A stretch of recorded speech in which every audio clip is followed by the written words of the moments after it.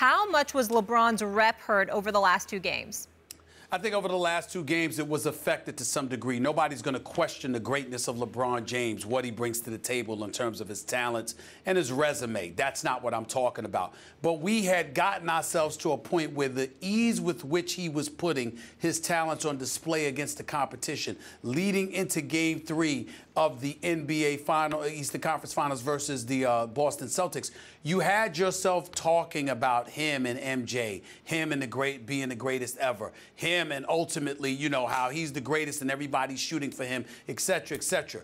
There was very little conversation about what happened in Dallas years ago or some of the other moments where he appeared to wilt beneath the pressure and things of that nature. You found yourself asking questions now. What the hell is going on? What the hell happened? You remembered him on Game 5 in 2010 of the conference finals against the Boston Celtics and how he just looked out of it that particular moment. You remember the finals appearance in Game 4 against the Dallas Mavericks where he scored 8 points, and there started being some commentary about the worst performances in the career of LeBron James and how the narrative shouldn't be what people are trying to make it be. No one was even thinking about that stuff at all when it came to him prior to Game 3. But it's amazing, just 2 games, 2 playoff games in an Eastern Conference Finals, you got everybody looking at him and saying, okay, who's going to show up in the finals once Golden State is on the other is the opposition?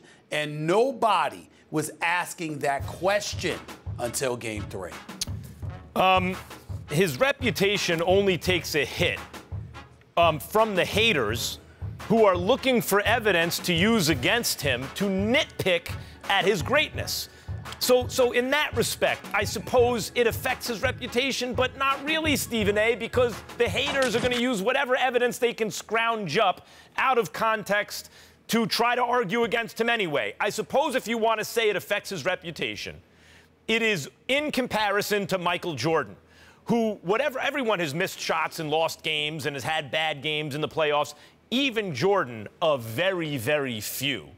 But Jordan never gave you the sense that he needed a teammate to give him some heart, right? He never gave you that sense that he didn't want it at the very end of a game. He certainly never choked away 4 consecutive fourth quarters in the finals as LeBron did, and so LeBron has to live that down constantly.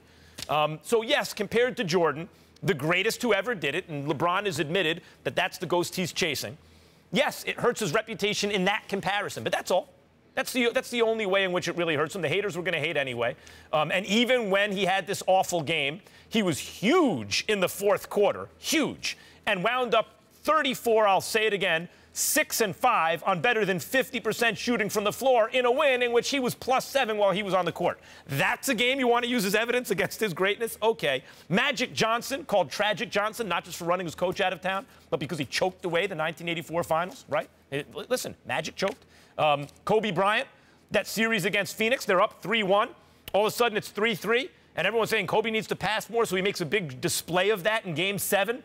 In the playoffs, oh, you want me to pass? Here's a nice bounce pass. See how far you get without me scoring. They lost the series. You know, you can nitpick at all the greats if you want to and find things that are wrong with them and use evidence against them. And some of it's legitimate because when you're comparing the greatest of all time to each other, you have to start splitting hairs.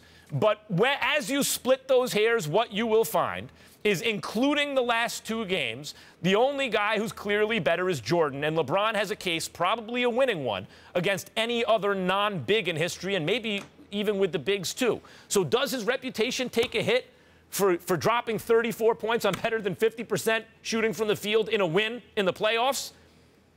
I guess, and that actually says more about his greatness than anything else, doesn't it?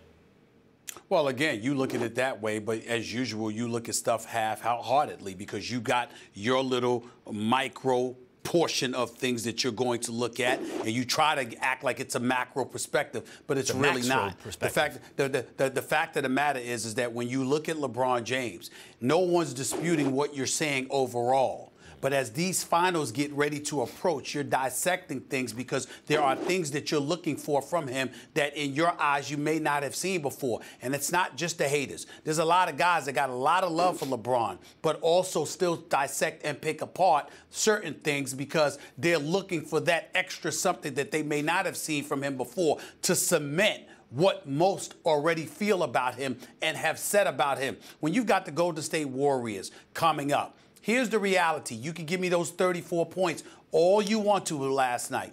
I ask one simple question, Max Kellerman. If LeBron James played the exact same way from start to finish for last night, is that good enough to beat the Warriors? That answer's no. But that's the point. What's the real issue with LeBron is people say he has this incredible game and they don't like the fact that he doesn't want the ball to score it in the final seconds. So then last night he has a monster fourth quarter. Oh, I thought that's when you needed to see that stuff. A monster fourth quarter, and they win. Right. And now it's, well, in the first half he wasn't good because he was in foul trouble. But it wasn't just that it was the first half. It was the fact that once Kyrie took over and Cleveland reclaimed the lead, all of a sudden that's when he really poured it on again. Again, nobody's questioning the greatness of LeBron James. I'm simply saying I anticipate, we all expect wholeheartedly that LeBron James and Cleveland are going to beat Boston. It's a measuring him against Golden State.